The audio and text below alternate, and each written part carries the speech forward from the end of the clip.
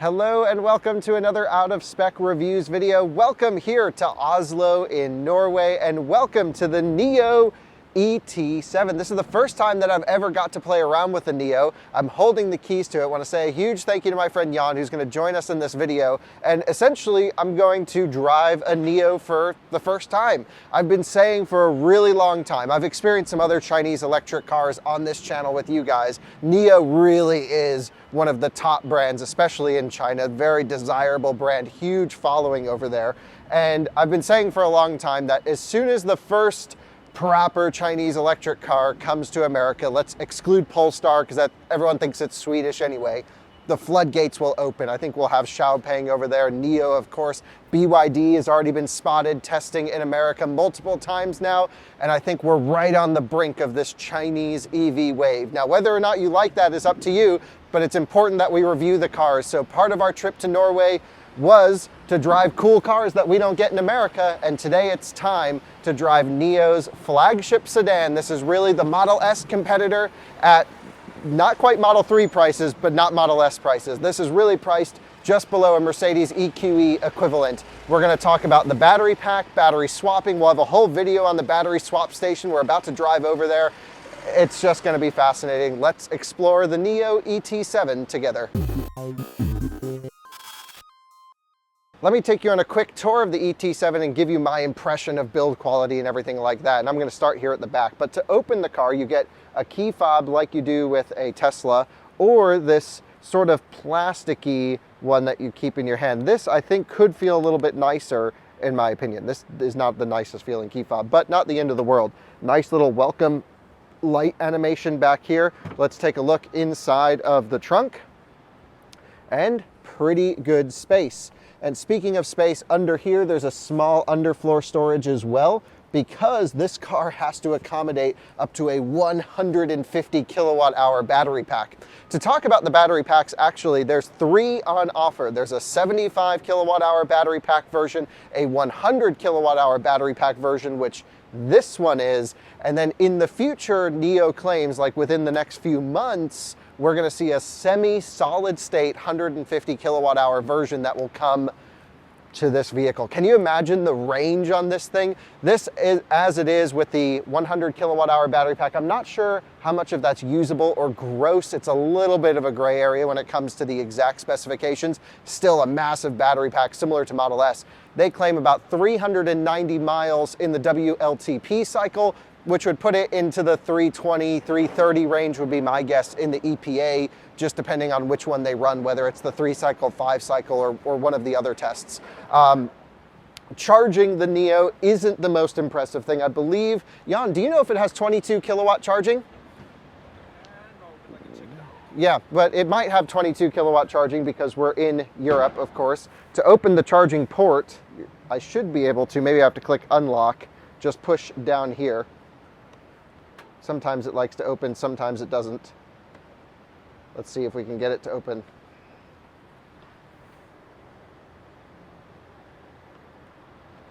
Oh yeah, you just have to really push it hard. Nice job, Alyssa. So yeah, we're not sure about the AC onboard capacity, but at least with DC charging, I believe it's low 100 kilowatt range, 140, 150. Perhaps we'll bring it to a DC fast charger and charge it. But NIO's whole plan with DC charging is, at least on a road trip, they think battery swapping is the answer. And I've never done a battery swap station with an EV. We hear it in the comments a lot. Everyone's like, battery swapping is the future. The other side of it is, well, that takes a lot of infrastructure. It's not everywhere, so it still needs to DC fast charge pretty well. We're gonna try both with this car, so I'm looking forward to it. Dual motor, all-wheel drive. The rear motor is the stronger one. And again, this isn't a full in-depth review, but it's just really my first impressions. And part of a Chinese electric car means that it needs to, in my opinion, to break into a new market, be built really well. And of course, this is a prepped press car and everything, but just in terms of paint quality, at least to my eye, the body panels, fit and finish, everything's really tight. The door thunk sound, I just want to show you this. Of course, it has auto close. And what's nice is there's a little hand sensor back here. If you notice really quick that I just have to put my hand lightly and then the door pops open. So that's a really nice feature. Of course, there's the mechanical latch where I can pull this out as well. But the door thunk really good. And that's a frameless window sounding that good. I don't know if I've ever heard of a frameless door thunk sound that nice. Of course, it has double pane glass if you take a look over here with a little bit of insulation. So I'm really looking forward to seeing how this car sounds when we get it out on the highway. Just take a brief glance on the interior really quick. We'll jump in there and talk about some of the technology and more things. But in my impression, a really high quality interior. I think this is like, would do really well in America. Plus, it's kind of cool. NIO has offices. All of their software is done in the US, by the way. If you live in California, in the San Jose area, you'll see a NIO driving around because they have a few over there. So we know their intentions, their ambitions are to come to North America. Looking at the front of the car, really nice looking car. No silly fake grille, not pulling an Audi here. Looks really nice. It's got your running lights up here, which also have some sort of welcome and walk away animation. You can see I can unlock the car and it has this welcoming thing. I can see LED headlights down here, probably high beams in the lower one as well, or fogs, not sure which, but definitely on a swivel motion, so we know that they'll turn when you turn the wheel, probably matrix as well. It seemingly all looks really nice. And then of course, I haven't touched on it yet, but you'll have all of your driver assistance cameras and LiDAR on the roof. This is actually the first car I've driven with the roof-mounted sensors, very similar to the future Volvo products. EX90 will have a LiDAR on the roof, not the cameras like this, but the LiDAR on the roof from Luminar. Not sure who does NIOs, but we're certainly going to try the driver assistance in this. I know that it's future-proofed, it receives over-the-air updates, and they claim it's going to get even better than where it is today. But we got to see where it is today, because that, in my opinion, is all that matters, and then we'll review it as it gets better into the future. But kind of an odd design, an odd shape. I think I'm honestly a little bit disappointed with all of the roof-mounted sensors coming into vehicles. I think it looks a little bit weird. But in terms of the actual thermoplastic housing, it looks high quality. It looks like metal, even though it's thermoplastic. Really nice job. I can see 2 or 3 camera sensors, probably of different varying lengths here in the windshield, and this portion is heated, so that looks nice. Head-up display, I'm noticing. Also, side cameras here. And what I really like, unlike what Tesla does with this vehicle, when you use your card, it even gives you the little NFC situation. So this is where it wants you to tap your card to unlock and lock the vehicle. So I like that little mention right there. One thing I'd like to do is show you in the back. Now the rear doors don't have this push. Oh no, they do. You just put your hand there and it pops open. Pretty nice. Back seat, really important for the Chinese market. So I'm gonna actually have a seat back there and see what it's like. Maybe you guys stay on this side, I'll jump around to the other. Let's have a go over here. So immediately noticing a couple things here. The floor is quite high, and that's probably because they had to design the car to fit a 150 kilowatt hour battery pack. The thing is, you couldn't just put a scalped floor in it, because if you go to the battery swap station in the future, I think the idea is you can buy the small battery one, rent the big battery for a road trip, and then swap back to yours and just pay the difference. Nice materials back here as well. Wow, really cool. Great headroom. You know, for example, I cannot fit in the back of an EQS, but I can easily fit in the back here. I'm 6'1". Let's take a look. Nice storage, USB-C port. Just everything looking nice. I wish this was a phone holder like Model S. I think that would have been a nice addition where you could slide your phone in and have this be a phone holder. Let's see what's going on back here. Oh, doesn't look like much actually. I thought that might have been a pass-through. Perhaps it is, but I can't, definitely doesn't want to open. Push it. Push it? Oh, wow. Nice job, Alyssa. You know the tricks to all of this car. I've never seen a ski pass-through open that way, but that's cool. That goes right into the trunk. So very cool. Good work. You can tell this is very much a first impression rather than a long review. We only have this car for a few hours to play around with. Noticing speakers in the headrest here. Really high quality headliner, Alcantara on the B-pillar there. The interior spec in this is wonderful. Take a look at the perforations, sort of starting with very minimal perforations, increasing and then dispersing out. Really a cool design. Really like this. The headrest folding, sort of like a airplane, if you will. A miss, in my opinion. I'm not noticing any cup holder locations at all. So, oh wait, am I? There we go. Not a miss. They're cup holders. No seat back pockets. That's what I was going to say. So that seems like a little bit of a bummer. to not have seat back pockets. There's certainly plenty of room. Back seat, roomy, feels good, but I am sitting quite high. That's typical for electric vehicles. What's kind of cool is I have a brightness selection here, executive rear seat package. Oh, that moves this seat forwards. That's kind of nice. And then reset front passenger seat should bring it back. So this is kind of cool. Tap to unlock. We can adjust our airflow back here. I can go in auto. What is the sweep? Ah, the sweep moves the air so it disperses around. I really like that.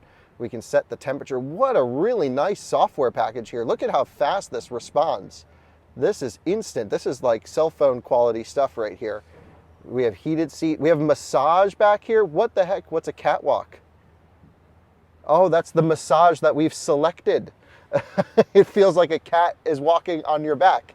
I didn't know what that meant until I hit that button. That is so cool. You want to try it, Alyssa? I'm going to hit catwalk on for you. Doesn't it feel like a cat is kneading your back? Mm-hmm. Isn't that crazy? Yeah. Yeah. It's cool they have it in the back. Yeah, they have ventilation and heating for the rear seats, which is a really nice thing. So I like that. There's also a relax function.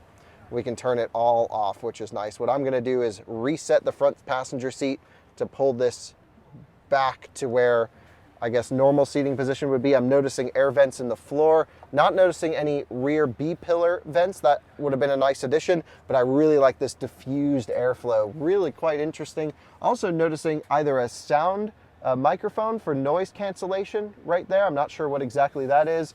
Could be for noise cancellation or even for a Bluetooth phone call perhaps. So really quite cool.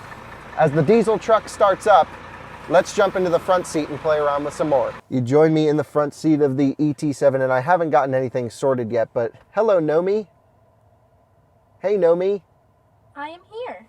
Great, me too, and she's looking at me. Hello. Look, and she's waving.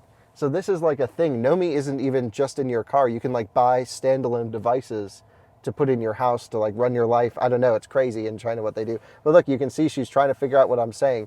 So, hey, Nomi, stop. Could you say it in a simpler way, or maybe reformulate? Hey, Nomi, stop. Hey. Can you stop? Okay, bye. Great. That's a pretty cool system, actually. And this screen, beautiful floating screen, not huge, but seems just about right. Again, just like we noticed from the rear screen, very responsive of everything. So if we click the home button, you'll see we have navigation here. It's set probably to the battery swap station. Jan, is that where it's set to? So great. So we're about 42 kilometers. Oslo area has 2 battery swap stations, which is pretty cool. If I click over here, this will tell us about the car, and it says, okay, as autonomous braking's not doing so well right now, but that could just be because we're not fully ready to rock and roll. We've had it for 1 day, and wow, this is pretty cool. They have different tire pressures for full load. Very nice. If we go over here to battery, we're at 62% state of charge. Long trip mode goes to full. Standard mode charges it to 90% every day. That's quite nice. The interesting thing with the battery swap is if your battery starts to degrade or has bad health, just bring it to the battery swap and get a new one. So that seems pretty cool. Let's see, you can change when you want your charger or when you want it to yell at you when you're getting low on charge. So we'll go out of spec style. And then on-route battery preconditioning is really nice. Let's see what it says about this. When you navigate to a charging station or power swap station, vehicle will warm up battery. I wonder why it would need to be warmed up going to a battery swap station. That doesn't make so much sense. I know the battery swap stations charge the batteries at 40 kilowatts, but I don't think that should be too much for it. That's interesting. I also wonder how that'll work with snow and schmutz under the car. They'll be kind of interesting. So let's take a look at in here. This is your quick access to some things. We can vent the windows. Wow, it really does a small vent on this, not much at all. And then we can go full open. Nice window motor sound, really fast open and closing. I like that quite a bit. Cool features here. When you start getting cars from other places with different ethos, you just get different features, different ways of doing things. And I really, really like everything here so far. We have reading lights, automatically turn on the interior lights when you unlock the car. That makes sense. Exterior lights we have in parking, we'll put them back to auto. I like that when you set your daytime running lights, when you don't have your headlights on, you can still have the rear lighting on. There's also different ambient lighting. Very cool. Seems really nicely done here. And it says brightness changes based on set frequency. And then rhythmic syncs to music. How about that? Really cool things here. Different seating adjustments. You can adjust your head-up display, your steering wheel, all from here. So I'll certainly play around with that before we drive. We don't need to go into everything. Great feature. Check this out, Alyssa. Pet mode. How about that? Yep, that's great. Let's see what it says here. It says set exit temperature. We'll just use it there. Add pet mode to quick access. That's really nice. And then we can turn it on. It says temporary, intended for temporary accommodation of pets. Don't leave any children in the vehicle. And when range is less than 10 kilometers, vehicle will turn off. So it really lets you use this all the way to almost the bottom. And what's cool is vehicle will, when you hit 10 kilometers, it will turn off pet mode and open all the windows to the vent height. So your dog can't jump out, but at least they have some airflow. That's pretty smart. I'm assuming it also dings your phone or sends a message if needed. Nomi's very interactive. You can see she's moving around. Her eyes are going. That's kind of odd, but I also kind of really like it. I don't know how I feel about that. You guys let me know in your comments. She's definitely paying attention to everything we're doing. Yeah, wow, very cool. Ionization for the air quality as well. Driving settings, whole bunch of stuff. Let's see, we got a snow mode. That's interesting. Comfort, sport, eco. There's a sport plus as well. That's pretty interesting. We'll have to definitely try that out. And then a custom one. When we go into custom, does it let us adjust? There we go. Never seen this before. This is what I'm talking about. Crazy stuff here. You can actually choose how fast you want your car to accelerate from 0 to 60 in seconds. And it's in 0.9s, which is really funny. So do you want to go 3.8 seconds 0 to 60? That's the maximum. You can go 5.9, 7.9, 9.9, or you can go full Sunday driver Norwegian mode, 12.9. That's how most drivers in this country will probably keep their cars. So we're going to go full speed, regenerative braking on max, ride height in standard. We want comfort. And wow, suspension in soft. So we want all the speed, and you can't go soft suspension with fast acceleration. That's interesting. So we want as soft as we can go with the fastest acceleration, steering mode the easiest, and normal climate control. That's how I would set up the car. Ultimate cruiser, but with all the punch. So we'll try that for a little bit. Very cool. There's even a trailer mode. You know you're in Europe when. You would never see anyone towing with this in America. Very cool thing here as well. There's different ride height. So you can raise the vehicle. There's a picture of it driving down a staircase, which must be a typical thing to do in Norway. I'm not sure. Just really cool things. You can, one additional wipe after you spray the washer fluid. They call it Clean Plus. Jack mode, Eco Plus mode for the full range test if you need it. So many different things going on here. Driver assistance has, let's see, you need to get safety training to use the maximum level of driver assistance. So smart. Something I've been asking Tesla to do for a really long time with FSD beta is to ensure you go through a safety course. This is really cool, and perhaps we should even do a whole video on what their safety course is, because that is so interesting. Really like that. You have smart speed, active lane changing, Nomi pilot. I don't even know what that would do, but she must drive the car somewhere. I don't know. Very cool stuff. Look at all the settings in here for driver assistance. I cannot wait until we can get this in America and run it through our Hogback challenge, because this is some of the most comprehensive driver assistance settings I've ever seen. I even like that you can adjust how the cruise control changes based off of normal, or you can go Volvo mode, where you press it once and it goes up 5. Really good stuff. And here's all the settings for Nomi. Cool. What a neat vehicle. I'm just sort of amazed at how much you can do with this. Very nice screen, really fast software. I mean, this is like watch out every other automaker as soon as this launches in America. They also have SUV versions of NIO, of course, but I think we'll save the time rather than going into everything, and we'll just go for a drive and talk about how it cruises and head on over. This has got to be one of the most impressive experiences I've had in a while, especially when it comes to the integration of software and hardware and the quality and materials. NIO really nailed it here. Just before we set off, I thought it'd be cool to put on this NOP plus setting and to see what their situation is. Now, I have my phone in the Norwegian setting, so I should be able to download the NIO app. I don't know if it's available in the US App Store or not, but here's the NIO app. It has Chinese writing, and I don't think that completes my training. So I'm not totally sure. You want to try it with mine? Yeah, let's try it with yours.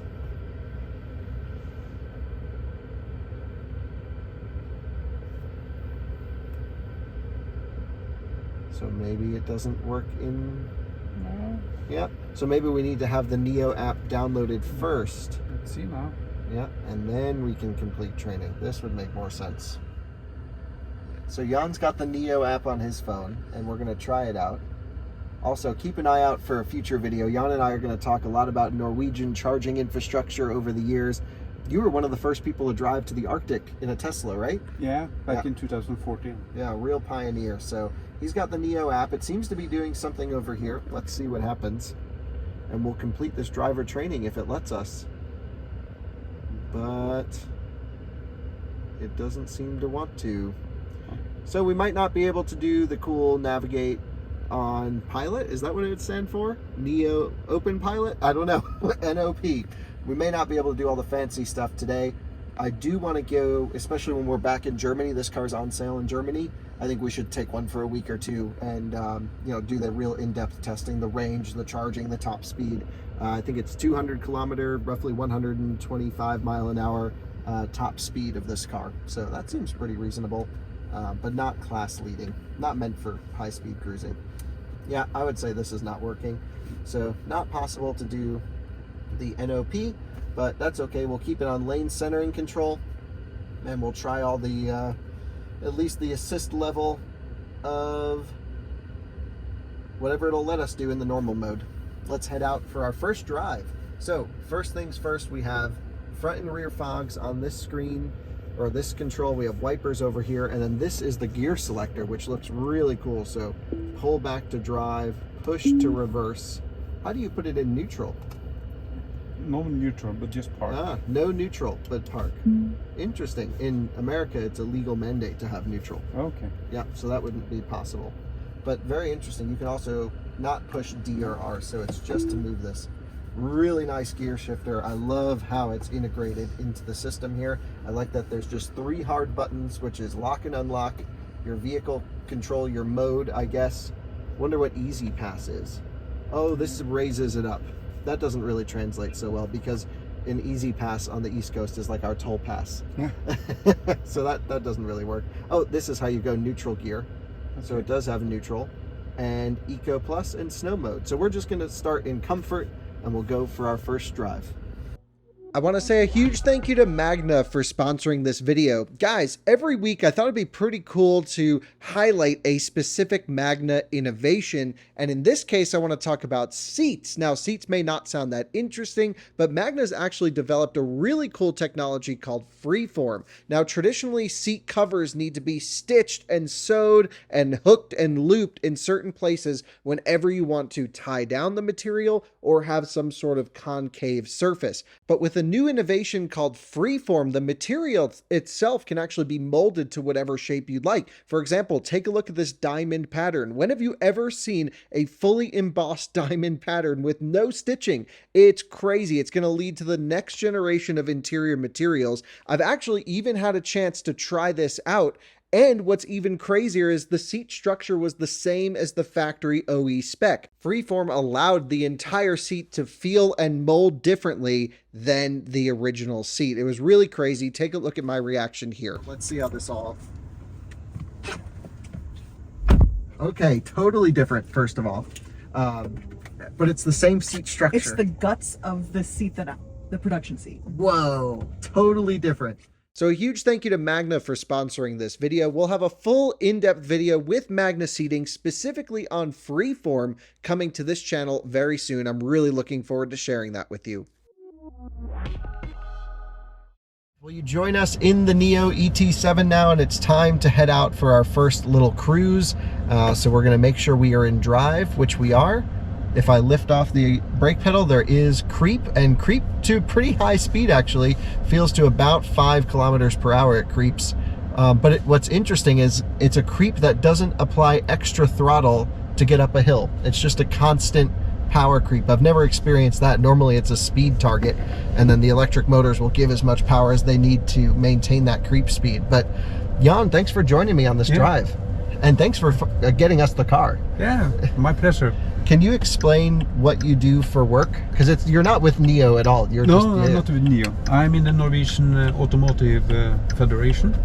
So I'm an advisor, advising charging infrastructure and battery technology.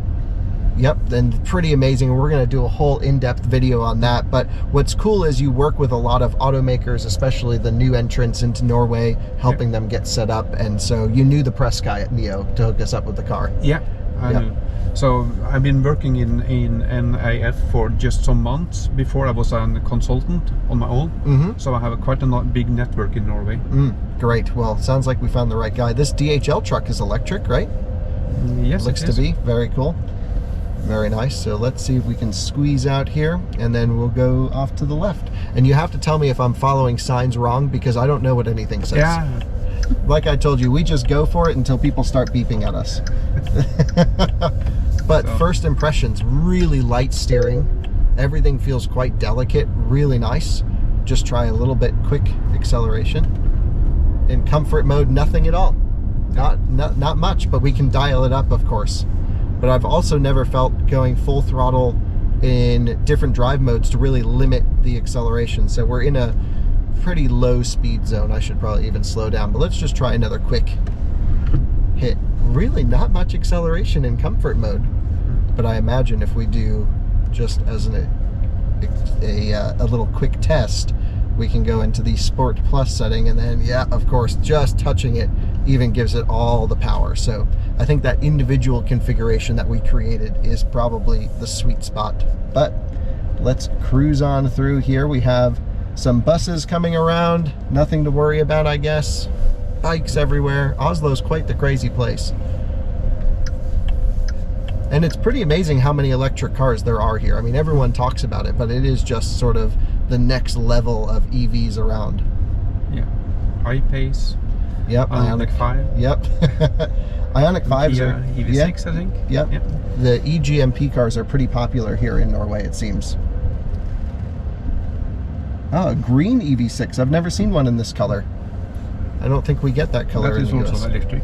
That's also electric. Crazy cool. And I have to say, the NIO, unbelievably comfortable and quiet. Electric motors, not making any noise. Now, you've spent some time driving this car as well, and you're about to take it on a trip down to Sweden. Yeah. And what's your impression of how it drives in your case? Because you've driven almost all of the electric cars. I like it. I like it that it's slow, not a SUV. When you drive, especially when you go for longer distance. Yep. And is, as you say, the quality is high, really. Maybe I will like some more buttons to press instead of the screen. That is my maybe old-fashioned way of doing it. Showing your age there. Yeah. But and a lot of beeping and so on. That is the bad side. But to drive it is acceleration, handling. Should go here, I think. Yep. All that things is really nice. Yep. Yeah, I agree. Just from inching it around the city, the inputs are really nice. The steering is almost Volvo-like, very light feeling. I like it quite a bit. And the seats, I guess from my initial impression, I wish I could sit lower in the car, all around. Yeah, and I think it's just because they have to accommodate the future 150 kilowatt hour battery pack. And now we're merging up on a little bit higher speed. This is full throttle in comfort mode. Not that much acceleration in comfort mode, but again, we can dial it up. Wow, I'm just impressed with all the weighting of the turn signal. The feeling of the materials in here is really nice. The noise level, again, we're only doing 60 kilometers per hour, but quiet. And there's more of the dinging and beeping you were talking about. So it likes to do that. Pilot is not on. Pilots. Please try again later.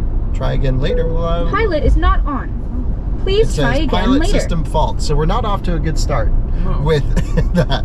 maybe that's why we couldn't activate the NIO autopilot situation.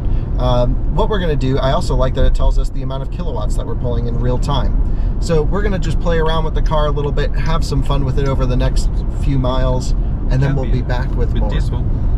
Yeah, and it says the automatic emergency brake limited is still there. I thought that may have been because we just got in. Perhaps we need to do a quick reset on it, but we can try that out in a little bit. Yeah, well, we'll play around with the car. We'll be back with more thoughts to you, but initial impressions, really good so far. So because we have this little forward collision warning, we're just trying to figure out how to turn off the car, but there's actually so many things that we're finding. We have main view and I guess a 5 view, so you have all of your cameras all around the vehicle recording at all times, which is great. There's even some really cool safety features, like you can make this right here lock as a storage box, and then you can even set a gesture, whatever you would want it to be, to unlock the box, which is really cool. So love all of this. Sound settings, it's got Dolby Atmos in here. We'll have to try that for sure. But what I'm not seeing is a way to like force turn off. So Jan, we can't figure out how to reset it, but that's okay. Let's put it into very quickly. If I get the cameras out of here, everything's pretty intuitive to use. Let's go to Sport Plus mode, and the roads are quite slippery, but I think it's important to kind of know how their sport sedan handles. So I think we go down here, we'll make a U-turn and then come back on the highway, try the acceleration for the first time. But really just a nice feeling car on the highway, very quiet. We were commenting, overall you can easily do some miles in this thing without major problem. I think it would show very well in America. I can tell the steering has tightened up. Not a very good turning radius though, but acceleration, very good. Just spinning tires. Actually, I'm curious if we come to a stop really quick, how hard it will launch. So let's see how it does from a standstill. Very good. And just spinning tires. So Jan, you haven't ridden a car with me before, no. So I'll take it easy for you. But you can see coming out of the corner, just really good, strong acceleration. I would say it feels on par with maybe a Model S long range. It's certainly no Plaid or anything like that, but in terms of the steering weighting, the tightness is good. But you can definitely tell that they're not doing traction control in motor like BMW or Tesla is doing. They're definitely like getting wheel spin, and then it's a little bit of a delay before it cuts it back. What I like what Tesla does is they've done basically their anti-slip control in motor, so it's much faster response time from a drivetrain perspective, and I would say next level. This is still a little bit old school feeling in the way that it's controlling wheel spin, and yeah, things that can be improved over time, but that's not the main point of this car. What we think the NIO does best is just to put it in comfort mode and to cruise along. Or in our case, I think custom probably makes the most sense because we've put the softer suspension with the big power and everything else is set to comfort. What I also like is you get this kilowatt output here, so I just want to hit the throttle really quick and see how much it gives us. And it's, wow, very delayed. So we saw about 400 kilowatts there, but it took yeah, it's like on a 1.5 second delay or so. Yeah, so still like early days stuff, but overall I think build quality wise, pretty impressed with the car. Welcome to Ionity. We are at about 50% state of charge, and I just wanted to plug it in really quick before we go to the battery swap. You can see an iX3 pulling in, ID3, really cool stuff. BYD over here as well. It's the Chinese revolution is happening for sure. So 2 Chinese electric cars charging at the same time. I've just scanned my plug surfing card, which activates the charger. In we go. And the one thing in general, and perhaps in the future when we review this car and we spend time with it, we'll do all the charging logs and compare the time against the battery swap station. I just wanted to plug it in to get an idea of how it charged. We put the Ionity station in, so it should have been preconditioning on the way over here. But the Chinese electric cars in general, even Jan was saying, they don't charge that well. And we're not totally sure of the exact reason. Some of it might have to do with the charging port itself, the GBT port, and they're not optimized for CCS limitations, but there goes the BYD Tang making a ton of noise. That was a really loud pull away there. And here we are charging, so come on in.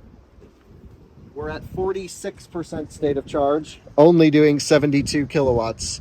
And you can see here, pretty low voltage, 364 volts. So my guess is it would be about 400 volts on the top end. It doesn't want any more than 200 amps at the moment. But we do know this thing can do over 100 kilowatts. Not sure by how much, or not sure of the curve.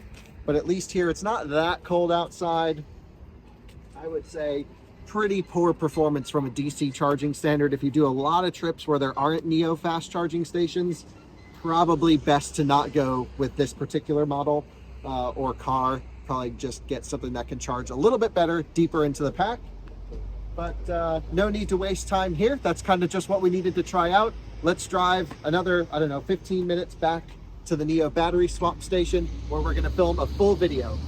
We just finished up charging, but one thing I want to mention is there's no cover on the DC port, which I like, but then also if you're AC charging, then you really got to like jam this thing in to get it to open.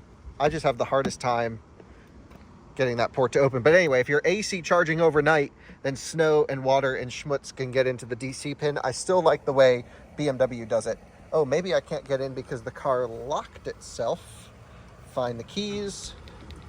Unlock, you just touch your hand. There we go. I'm learning so much about NIO. It really is pretty fascinating. And yep, AEB functionality limited still. We really need to reach out to NIO and spend, thank you, Nomi. We need to really spend some time with this car and get everything sorted. I also wanted to show you, to adjust the seating position, you can choose your drive 1 and 2. So for me, this would be driving comfort and then driving sport. You could have one more, and then you could have a rest mode for when charging. I love that you can save multiple seating positions, because I love multiple seating positions. Up to this point, the only other car I can do that easily in is with Tesla, where I can set up the individual profiles. I also love that almost every car here, actually every car here we don't get in America. We have EQC, ID3, iX3, ID3 again, and another iX3. So a lot of threes here. So let's just kind of shimmy our way out of this little charging station, and then we will head out to the battery swap. I'm just having fun. Oh, she is fully charged in the ID3. Something about Volkswagen owners and always fully charging them. I don't know what is up with that, but she is at 100% on that ID3. Come on, lady. Clogging up the station for everyone, but it looks like they just put in a whole nother bank of Ionity chargers that have not yet been commissioned. So I think it was originally all of those, and now all of these are waiting to be turned on. There's also Circle K chargers right over here, older 50 kilowatt units. Awesome to see the expansion, and here we go. The taxi has arrived, only I don't know how to unlock the car. So I'm gonna hit park. And then, yes, now they can get in. You join us cruising down the highway now at about 120-ish kilometers per hour. We'll open it up here in a second, but Jan, this is the fastest you've had ET7, right? Yeah. And it's really quiet. It's really quiet. I mean, no wind noise, not even a hint of wind. A little bit of tire, and of course we can get a little surface change here. And it's a little bit louder on this surface, but pretty incredible. I'm just actually going to slow down to about 110-ish, and we're going to accelerate up. Ignore the speed limit sign if you see it on YouTube. This is just a fake world. Let's try the acceleration.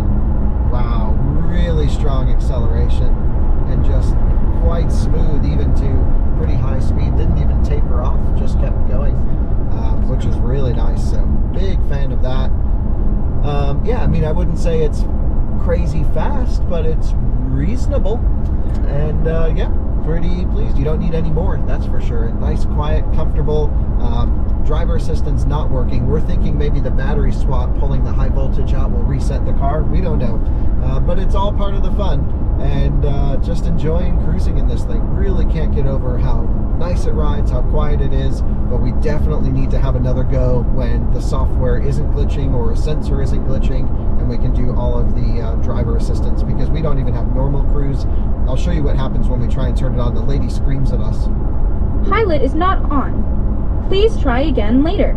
Yep. So not available at the moment, but we'll see if it happens this trip. If not, we'll be back reviewing another NIO soon, I promise. Well, there you have it, my first experience in the NIO ET7. A huge thanks to Jan for working with NIO on our behalf to arrange the car for a few hours. We went over to the battery swap, and actually the car was not registered, so we couldn't get it to work. So I think I need to reach back out to NIO and go for a second round. I think we need one with the driver assistance working, and we need one with the battery swap station totally enabled and working, because to me that's really the magic of the car, and I really want to be able to show that to you. So I'm going to work on getting that video shot before we head back to America. But wow, super impressed with the build quality, super impressed with the software. Nomi is really cool as well, and apparently English is like her worst language. She can do some incredible things in Norwegian and Chinese, and yeah, just a very fine automobile, really nicely put together. A couple things I don't like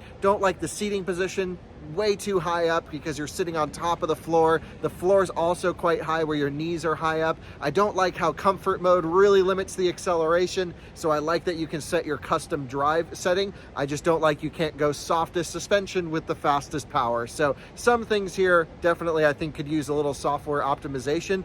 In terms of the hardware package, the motors are powerful. The thing rips, suspension is great, the car seems to have really good road holding characteristics, the interior is wonderful. I mean, really an awesome vehicle. So a huge thanks to NIO for letting us take this out for a few hours today. I think we need a better second experience, so hopefully a video will be coming to you at some point in the near future. But what a fun day it was playing around with the ET7. Thanks for watching, and we'll see you on another video soon. Bye-bye.